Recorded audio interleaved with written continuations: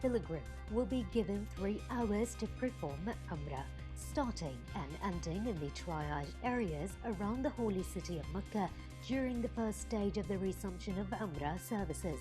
The first stage is scheduled to start on October 4th and will be operated through the I'tamarna app. The plan is to have triage areas around the holy city, allowing 6,000 pilgrims to perform Umrah each day at 6 different times, with each group of 1,000 pilgrims being given 3 hours.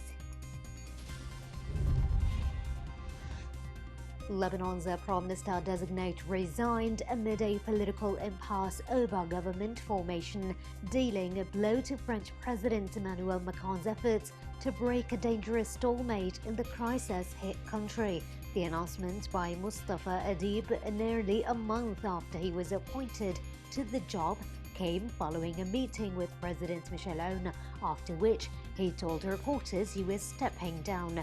Adib's resignation comes a few days after Aoun himself bluntly told reporters that Lebanon would be going to hell if a new government was not formed soon. French judges will soon have the option of requiring electronic tracking ankle bracelets for domestic violence offenders as the country grapples with a growing number of women killed by current or former partners.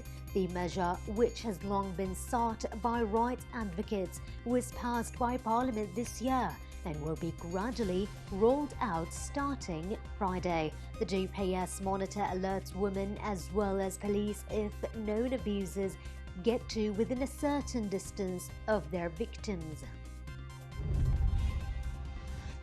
The United Nations and Britain said Wednesday they would co-host a global climate summit on December 12th, the 5th anniversary of the landmark Paris Agreement. The announcement came days after Chinese President Xi Jinping told the UN that the world's largest greenhouse gas polluter would peak emissions in 2030 and attempt to go carbon neutral by 2060, a move hailed by environmentalists. The world remains off track to limit global temperature rise to 1.5 degrees Celsius by the end of the century, which scientists say is crucial to prevent runaway warming that would leave vast swathes of the planet inhospitable to life.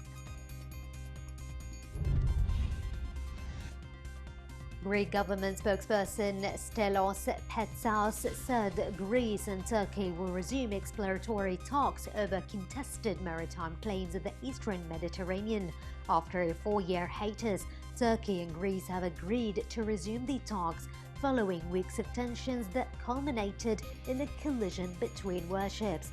Greece had said this week that the talks, which broke off in 2016 after 60 rounds that made little progress over 14 years, would resume in the near future in Istanbul. Canadian Prime Minister Justin Trudeau said that Canada is in a second wave of COVID-19 and warned the country is on the brink of a fall season that could be much worse than the spring. Trudeau noted that when Canada went into lockdown March 13th, there were 47 new confirmed cases of COVID-19, and that Tuesday alone, Canada had well over 1,000. Many provinces slowly reopened over this summer. Trudeau urged Canadians to keep wearing masks and to download the government's COVID app that lets a person know if they've come in close contact with someone who has tested positive.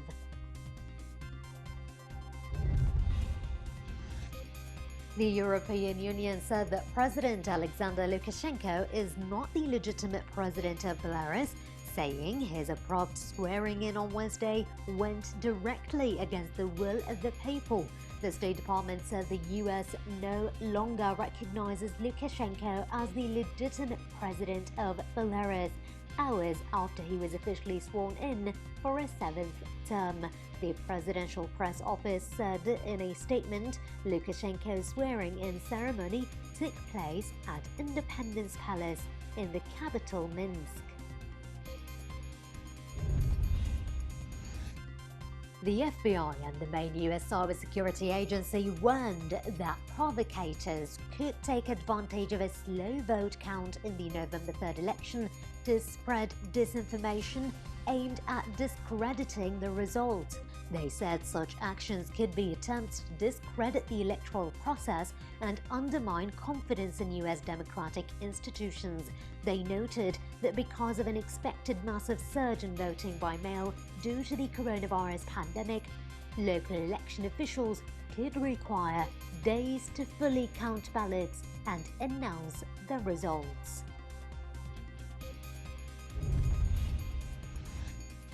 The Afghani government's lead negotiator Abdullah Abdullah said a number of Taliban prisoners who were released by the Afghan government as a condition for peace talks have taken up arms again. Abdullah, the chairman of Afghanistan's High Council for National Reconciliation, said discussions with the Taliban in Qatar so far have been positive. However, he said some, though not the majority, of the 5,000 Taliban prisoners released by the government as a condition for talks had resumed the fight against Kabul.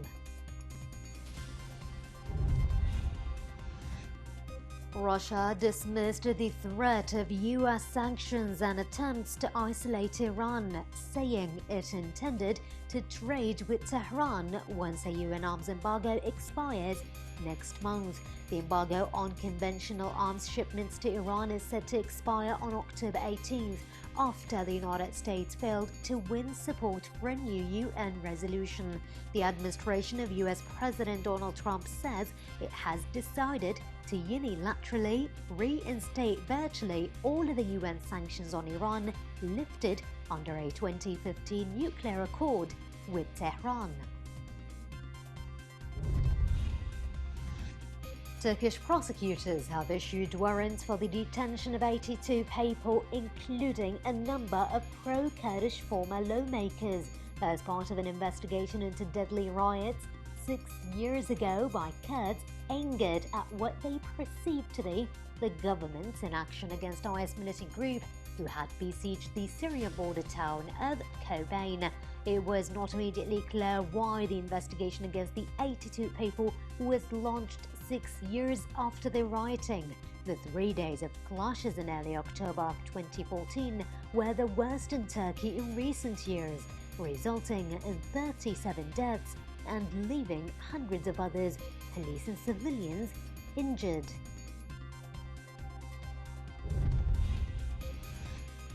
A UN panel says tax abuse, corruption and money laundering are draining hundreds of billions of dollars from governments that could help the world's poor.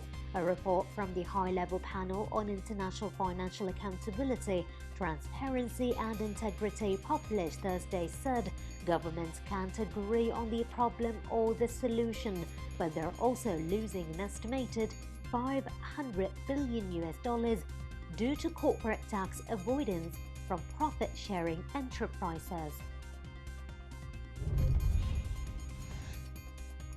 Russian Foreign Minister Sergei Lavrov discussed with his Iranian counterpart Mohammad Javad Zarif the situation in Syria.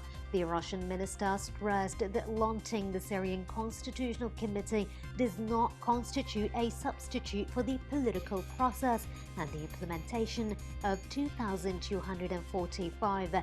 Separately, Russia's permanent representative to the UN in Geneva, Gennady Gatilov, told Sputnik that the next session of Syria's Constitutional Committee could be held in October, adding that the exact date will depend on the situation of the COVID-19 pandemic.